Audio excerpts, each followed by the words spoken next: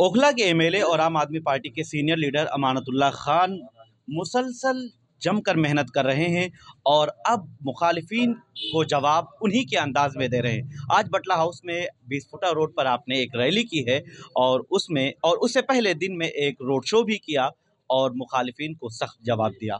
शाहिद मंजूर साहब जैसे लीडर की आपको हिमायत मिली है, समर्थन मिला है, अब अपने आप को कहाँ देख रहे हैं? देखिए, मैं शुक्रगुज़ार हूँ शाहिद भाई का कि शाहिद मंजूर साहब जो मेरे बड़े भाई भी हैं और हमवतन भी हैं और समाजवादी पार्टी के एक बड़े कद्दावर लीडर हैं, सीनियर लीडर हैं। और उसी के साथ में अखिलेश यादव जी जो समाजवादी पार्टी के आप वो सदर हैं, उनका मैं शुक्रिया अदा करना चाहता हूँ कि वो हमारी पार्टी की सपोर्ट में दिल्ली में तमाम अपने ऐलान भी किया उन्होंने और अपने लीडरान को भेज भी रहे हैं कि जहाँ जहाँ उनकी ज़रूरत है। तो उसी कड़ी में शाहिद मंजूर साहब बटला हाउस में आज उन्होंने जो है पी ब्लॉक में यहाँ जनसभा की रैली की। उसमें तो शाहिद साहब से पहले अबू आसिम आज़मी साहब ने आपके लिए एक वीडियो जारी किया है जिसमें ख़ास तौर पर मुस्लिम वोटों के तकसीम ना होने देने और दिल्ली में आम आदमी पार्टी को जिताने की अपील की है।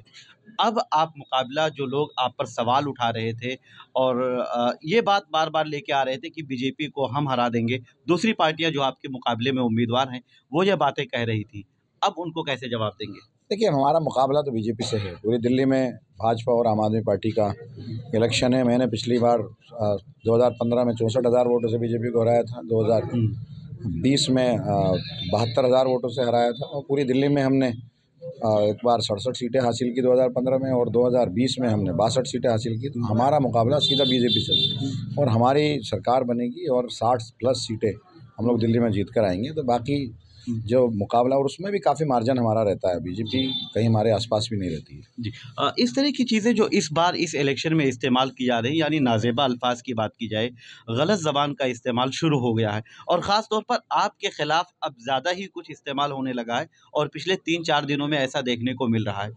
क्या जवाब देंगे जनता? देखिए, मैं ओखला का बाशिंदा हूँ, ओखला में पैदा हुआ, ओखला में पला बढ़ा और मैं ओखला का बेटा हूँ। तो ओखला की आवाम कोई भी आदमी अगर मुझे गाली देगा, मेरे लिए गलत अल्फाजों का इस्तेमाल करेगा तो उसको बर्दाश्त नहीं करेगी, क्योंकि रात में दिन में 24 घंटे मैंने यहाँ की आवाम की खिदमत की है। जब मेरे हालात ख़राब रहे, मैं जेल में रहा या मैं परेशान रहा, वो वक्त छोड़कर बाकी पूरा वक्त और पूरी ज़िंदगी मैंने इन्हीं के लिए, ओखला वालों के लिए की। तो ये मेरी बेइज्जती को ओखला की आवाम अपनी बेइज्जती समझते हुए उनका मुँह तोड़ जवाब देगी। मैं अपनी ज़ुबान से उनके लिए एक लफ्ज़ भी गलत इस्तेमाल नहीं करूँगा, लेकिन ओखला की आवाम वोटों के ज़रिए मेरी बेइज्जती को अपनी बेइज्जती समझते हुए उनको वोटों के ज़रिए जवाब देगी। बस आखिरी सवाल, असदुद्दीन ओवैसी और उनकी पूरी पार्टी के लीडरान डेरा डाल चुके हैं और आपके खिलाफ बार-बार ये बात कही जा रही है कि बीजेपी को नहीं जीत मिलेगी, बल्कि हमारे उम्मीदवार को मुत्तहिद होकर वोट दीजिए, जबकि आप ही से मुकाबला तमाम उम्मीदवार मानते हैं। अब क्या देख रहे हैं? देखिए, पिछली बार सबके मिलाकर भी मेरी विन ज़्यादा थी, मार्जिन ज़्यादा था, विक्ट्री मार्जिन ज़्यादा था। तो ओखला की आवाम जानती है कि सरकार जिसकी है वो उसी के साथ जाती है। मैं सरकार का एमएलए हूँ, आम आदमी पार्टी की सरकार आ रही है, क्योंकि काम हम ही ने करने हैं। अगर कोई और जीतेगा तो वो तो बजट का ही बहाना रहता रहेगा कि मेरे पास बजट नहीं है, फंड नहीं है। तो यहाँ के लोग जानते हैं कि अगर किसी और पार्टी के एमएलए को जिता दिया तो काम नहीं होंगे। तो तरक्याती काम, असल तो काम है।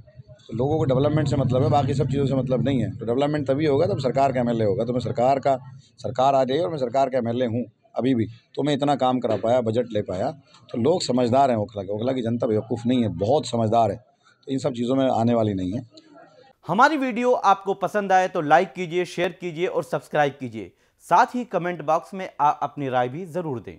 और हाँ, अगर फेसबुक पर आप वीडियो देख रहे हैं तो हमारे पेज को फॉलो करना ना भूलें।